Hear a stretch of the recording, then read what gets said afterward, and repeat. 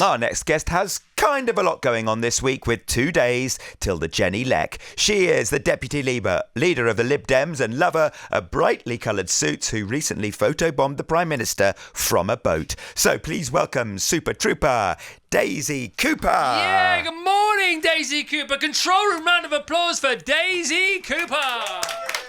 Good morning. I feel like I've let the side down with a darkly coloured jacket this morning. No, well, I can't see you on Zoom, Daisy, but I saw you on Lorraine the other day, and you always look fantastic, by the way. My wife says the same thing. You always, oh, there you are. You look great. As always. But you do talk about, don't you? You and Lorraine had a chance about the fact that, you are often asked, what's it like to be a politician? No, actually, rather, what's it like to be a woman in Westminster? And the pressure that women feel, young and otherwise, to do with how they look, how they're judged, etc. Speak to that. Let's kick off with that, shall we? Sure. Well, I think, honestly, it depends on a number of different factors, right? I've been in politics for quite some time. I joined the Lib Dems in 2008. And I think when you first go into politics, it's a real shock when, you go into politics because you've got a fire in your belly, maybe something's happened to your family or in your community that's got you really fired up and you care about an issue. And then all of a sudden, out of nowhere, people start commenting very publicly about what you look like, your accent, what you wear, all those kind of things. And it can be a real shock, I think, for people when they first enter politics.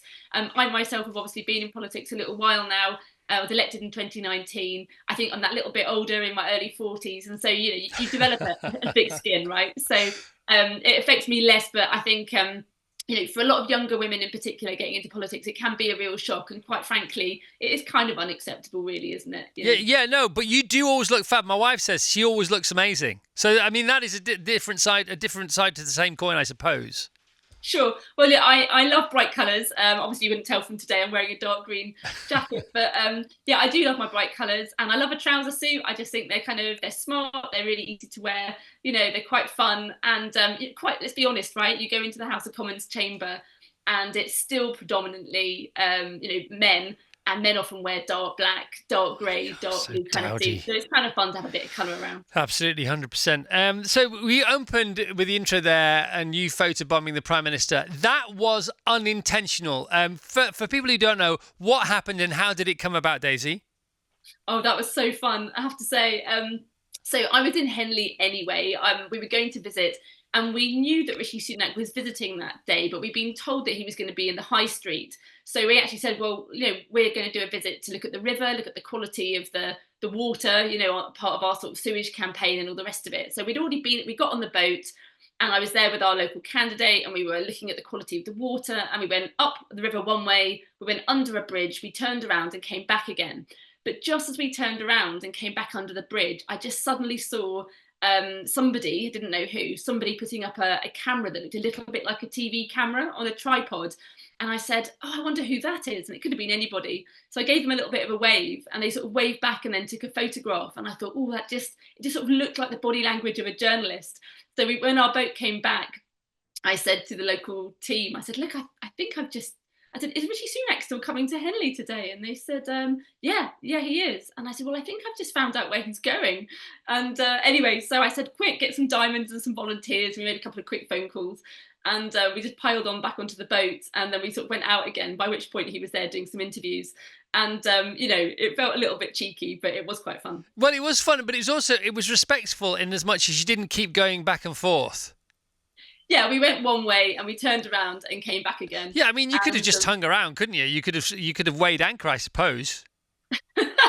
we could have done, but we thought it was quite fun to go past one way and turn around and come back gently the other, and then we made our point by then, I think. No, it's fun, and also karma stayed on your side because it was happenstance. You thought this is a bit of a laugh, but you didn't stick around to take the you know what. Now Ed, your boss, is he your boss? Your leader? I don't know. Is he your boss? How would you describe him? I call him the boss sometimes. Yeah. Okay, fair enough. And so he was bungee jumping yesterday. I've never done it, so I mean it wasn't the longest bungee jump I've ever seen. But then again, I haven't done it, so who am I to throw stones? So he jumps off this platform. Where did it happen? And again, what happened for people who didn't see it? Yeah, well, So Ed was in Eastbourne yesterday. Eastbourne. He's doing an amazing trip. Honestly, he is really putting in the hours. I think at the moment he's doing a trip from John O'Groats to Land's End and going to a number of our sort of key areas on the way. So he was down in Eastbourne yesterday, and he climbed he was quite high up on this bungee jump. And then as he jumped, I mean, goodness knows how he managed to do it. He's such a pro. He managed to keep eye contact with the cameras. And as he jumped, he remembered his lines, which was just to say, do something you've never done before and vote Liberal Democrat. And I have to say, I saw a tweet from a journalist, because we never know what Stunt Ed's doing day to day, right? We don't get told about that. So we often just see the tweets from the journalists who have turned up, just as everybody else does.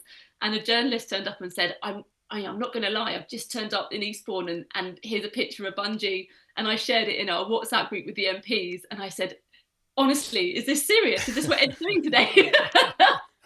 So, they were talking about it was. on all the news stations yesterday. I was listening across all the stations, Times Radio, Talk Radio, and some other stations as well. I was just listening across them yesterday morning because they were saying true or false. Has this just happened? They knew it had, but they were putting out there as a true or false, which made it all the more intriguing. And also, he did a pretty impressive swallow dive as well, which I've never been able to do. You know, the old arms outstretched, then bringing them together halfway down. It was very good. I mean, it looked very pro to me. I have to say, I've never had a bash, and I probably never would, quite frankly. But I think he's a braver person than me. Yeah, and I've seen him slipping and sliding. He's done a few of those things as well. I mean, we were talking about Richard Branson before. Obviously, we have connections with him. We're on Virgin Radio. He's my old business partner. What a business partner to have had once. Can't believe that actually happened. It's like I dreamt it, but it's true. And you know, he's sort of cut from the same cloth when it comes to stunts.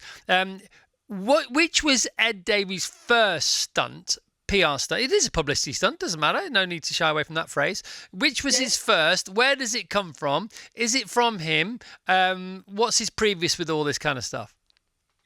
So, during the last Parliament, we had sort of 4 by-elections that we won. And the very first one was, we actually had a stunt with the very first one. Now, obviously, you remember at the last election, there was a bit of a landslide win for the Conservative Party, and everyone started talking about the red wall, and that meant that everyone was talking about the Conservatives and Labour, and people weren't really talking about the Lib Dems. So when we won that first by-election, we introduced the phrase the blue wall, and so the very first stunt was literally a pile of blue shoeboxes, and Ed had a hammer and he sort of knocked them down, and that was the kind of the first stunt, really. So that's sort of where it started, and that then brought that word, the blue wall, that phrase, into our sort of political lexicon. And before then, it hadn't existed as a phrase. And once we coined that, journalists then started talking about the red wall and the blue wall. And so that first stunt really helped us to actually sort of shape a political sort of narrative, for want of a better phrase, that, you know, where we were sort of relevant to the story.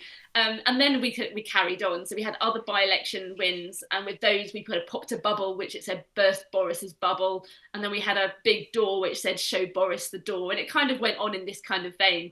And so I think we kind of we had a lot of these stunts, and then for our local elections we had Ed on a big tractor just driving through a whole load of big hay bales with with them flying everywhere, and a big orange diamond on the front. And so we've been kind of upping the ante over the last few years. So obviously in anticipation of the general election, there was really a big question of, well, you know, we've kind of done the blue shoe boxes, we've done the blue wall, we've done a door, what else can we do? And so we had to up the ante a little bit. It's so obvious if you think about it, because it clearly works. It's so Instagram friendly. And when people switch off, when politicians, even really sort of charismatic, whatever that means, politicians are talking on the telly, you know, it is wow, wow. It's a bit Charlie Brown, you know, when the parents, all the grown-ups are talking and all Snoopy can hear is wow, wow, wow, wow. It's the same kind of thing. And Charlie Brown, it's the same thing when his teachers start talking, all they hear is wah, wah, wah. To do this, it's so obvious. I wonder why the other political parties haven't done it. Is it beneath them? Desperate times call for desperate measures, but you're having all the fun as well in between. What he's doing, it's like a cross between Branson in his heyday of Virgin PR, Mr. Beast, Do you know of Mr. Beast? No idea. No, right. So, okay, here we go, Daisy. Right, Mr. Beast is the #1 TV star on the planet. He has the biggest TV channel on the planet, which happens to be a YouTube channel. He has 250 million subscribers, and if Ed needs anything else, any other sort of juice in the next 36 hours up to polling day, just watch a few Mr. Beast's early videos. Just rip a couple of those off. Nobody's going to notice. Amazing. All right, you're welcome. I'll pass it on to the press team. Yeah, I'm here to help. So, Daisy, you're a Bachelor of Law, you're a Master of Law, and also you are qualified in a psychology. You have a psychology qualification, so you can get it as a constituent. You could get me out of trouble and then tell me why I got into trouble. Is that about right? I wouldn't put it quite like that. So, I mean, yeah, I've got a law degree and a master's in law, and but to be honest, having qualified with both of those degrees, I then decided I didn't want to really practice in law. Right. So it was kind of the politics of law that I was particularly sort of interested in, and it was only sort of later in life that I decided to do that sort of basic qualification in sort of counselling and psychotherapy. And part of the reason I was doing that was because actually I was working in international affairs. And I was working with a group of really sort of former presidents and prime ministers and people who were looking at conflicts around the world and how you could learn about how to resolve conflicts in different countries and what had happened in various peace processes. And where I was working at the time, they said, "Oh, have you thought about doing any sort of professional qualifications to look at this area?" And I said, "Actually, I'll go and study this." So it was sort of part of my sort of professional development later on. But I have to say, you do learn skills that are really important for the job of being an MP. So when you study law and you look at the importance of language and you look at how laws are written, like obviously those kind of skills translate into what we do as parliamentarians, but also the counselling psychotherapy skills are really important when you're in your local surgeries, because ultimately a part of the job of MPs that doesn't really get sort of spoken about very much is the fact that a large part of what we do is just helping people with their problems. And you need to be able to listen not only to what people are telling you, but you need to listen to what they're sort of not telling you in terms of what else is going on in their life and what kind of help they need. Yeah. So actually, I think that's how those skills can be really helpful. Yeah, interesting. Yeah, you can often tell what's on somebody's mind by what they're avoiding saying as opposed to what they are saying. That's a very astute observation. So you are St Albans born and bred. You are now the MP for St Albans. Can you remember who you're standing against on Thursday? Do you remember the whole list of your opponents? I'm not St Albans born and bred, I'm afraid. I'm a Suffolk girl born and bred. Oh, sorry. That's all right. No, it's all right. I know that some people in St Albans will be upset about that. Sorry, I knew you were educated in Suffolk, but I thought you've lived in St Albans a long time. There's something's going on with you in St Albans, isn't it? Yeah. No, yeah. I live in St Albans now for sure. Sorry, it's definitely my home. Sorry, apologies. By the way, thank you. All right. Do you remember who you're up against on Thursday? Yes, I can remember the names of the Conservative, Labour and Green candidates. Okay. There are there's quite a number of others. There's sort of 3 other very small parties. I can remember the name of one of them.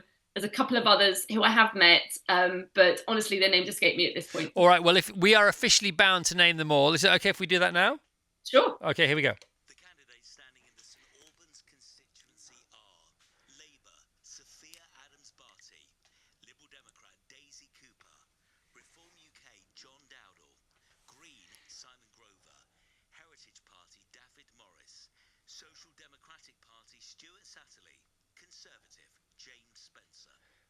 See, no curveballs in there, really. Like you get some crazy curveballs in there sometimes. Yeah, that's right.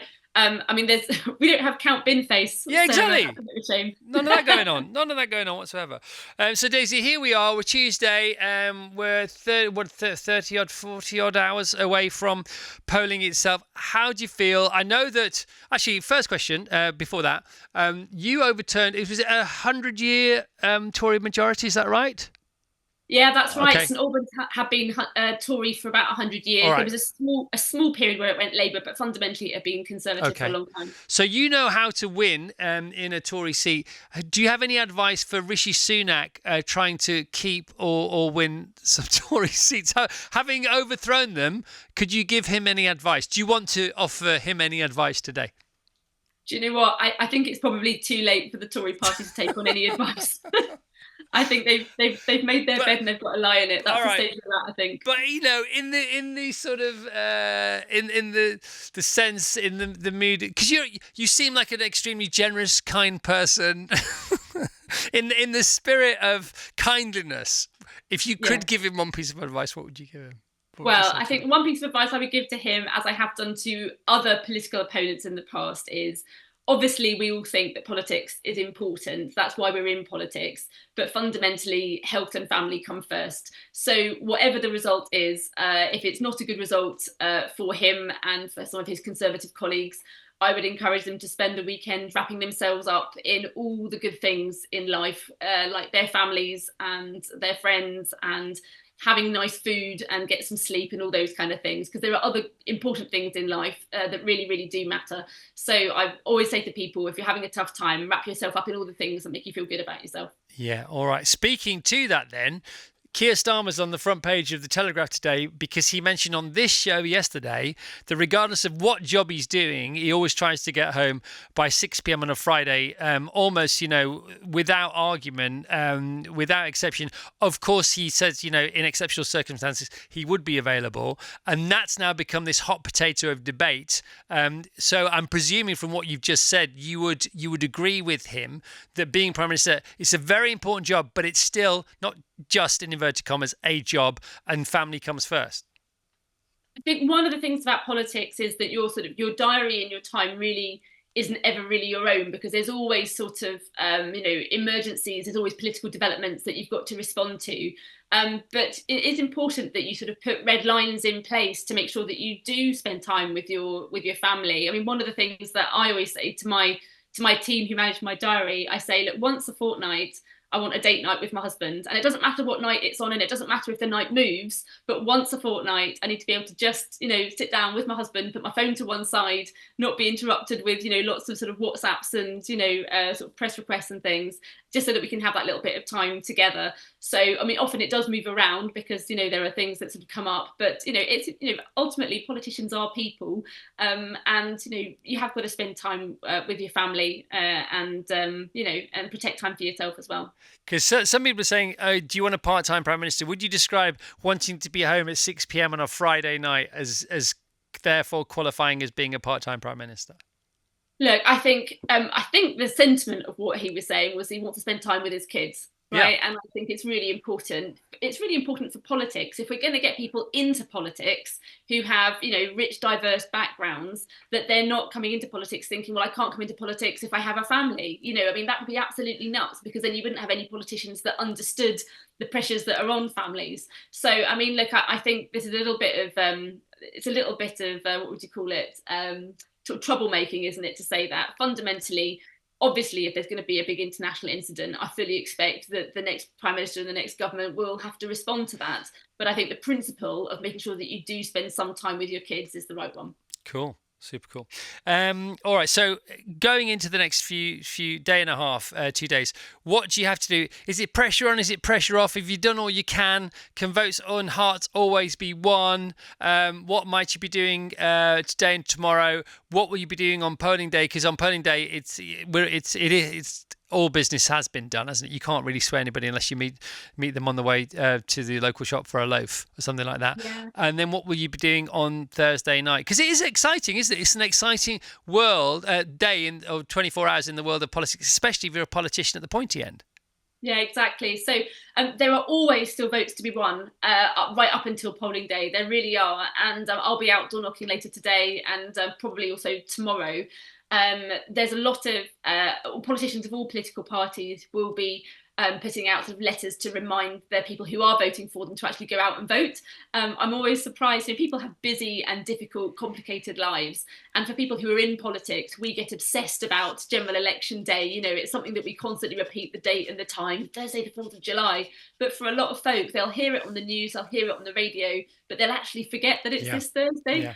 I've certainly knocked on the doors of people before who said, "Oh, what is it today?" So today and tomorrow, we'll be still persuading people to vote for us. But come polling day, it's simply trying to get people out to vote who might have otherwise forgotten or may not feel that strongly about voting, but making sure they get out to the polling station. Yeah, we did this on the show the other day. The number one reason people don't vote is because they forget. That's the number one reason. Yeah. It's incredible, isn't it? They even forget on the day. They make all the plans, so they don't forget it's happening. And then on the day itself, having plans to vote, they still forget to vote, which is incredible.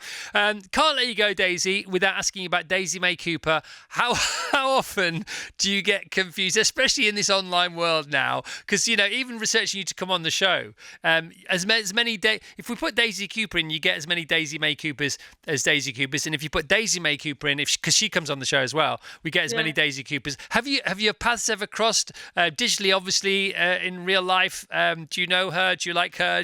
Are you a fan? So, do you know what? I'd love to meet her. I haven't, and actually, I went to do an interview on a broadcast station a few months ago, and I could see her in the distance. No way! I said to the manager, "Please, can I get a selfie? Can I get a selfie?" And they said, "No, she's just about to go on air." And but no, so this might make you laugh actually. A lot of people want to email her and ask for either a signature, an autograph, or for her to record a message of support. But they Google her and then they email me on my parliamentary email address. So it's actually my actual parliamentary email address, and they ask for for something. And most of the time we respond. My team always respond and say, "Look, you've got the wrong Daisy Cooper." And there's only been once when someone replied and said, "Oh no, I live in St Albans and my girlfriend would really like a video." Yeah, good. 1-0 to you. Exactly. Well, it's normally for her, not for me. I think she owes you at least a selfie. All right, listen, Daisy, thanks for your time. Good luck, whatever you're doing, for all the right reasons, hopefully, in the next few days. And see you on the other side. Thank you. Take care. All right, Daisy Cooper, Lib Dems. Virgin Radio.